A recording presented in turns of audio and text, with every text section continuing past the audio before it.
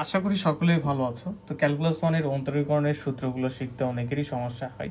তো আজকে আমরা রোমান্টিক বা একটা ব্রোকেন ওয়েতে আমরা একটা সূত্র শেখার চেষ্টা করি। ওকে, ফাইন। তো তোমরা লাভ ব্যাপারটা তো বোঝো, রাইট? তো জেব বা বিএফ যখন থাকে তখন এটাকে বলে প্রেজেন্ট, যে ভালোবাসা কন্টিনিউ আছে। বাট জেব বা বিএফ এর যখন বিয়ে হয়ে গেল তখন এটাকে কি বলে? এক্স, যে হচ্ছে এ হচ্ছে আমাদের এক্স হয়ে গেছে এখন আমাদের। তো এখানে তুমি যতই চাও আর পরিবর্তন করে প্রেজেন্ট করতে পারবা না। একটা ধ্রুবক হয়ে গেল, একদম স্থির, এর কোনো পরিবর্তন নাই। একে তুমি যতই চেঞ্জ করার ট্রাই করো, এর কোনো পরিবর্তন।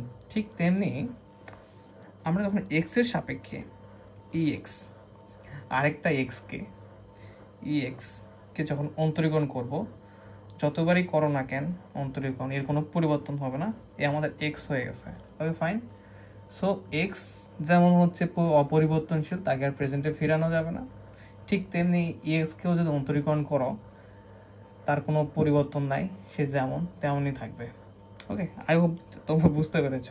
তো অবশ্যই হাহার এক দিতে হবে এবং পর্যাপ্ত পরিমাণ শেয়ার করতে হবে, তাহলে এরকম নতুন নতুন হয়তো তোমাদের অন্তরীকরণের সূত্রগুলো শেখানোর চেষ্টা করব। বুঝতে পেরেছ? আর কেউ এক্সের কথা মনে পড়ে আবার কান্নাকাটি, মন খারাপ, এগুলো করবা না। যাদের প্রেজেন্ট আছে তাদের প্রেজেন্টকে নিয়ে থাকো, আর যাদের নাই তারা তো শোকেই আছো। ওকে, ধন্যবাদ। হোম টিউটর 55 এর স্পেশাল লেকচার থেকে আমি বিদায় নিচ্ছি, সোহান ভাইয়া। ধন্যবাদ।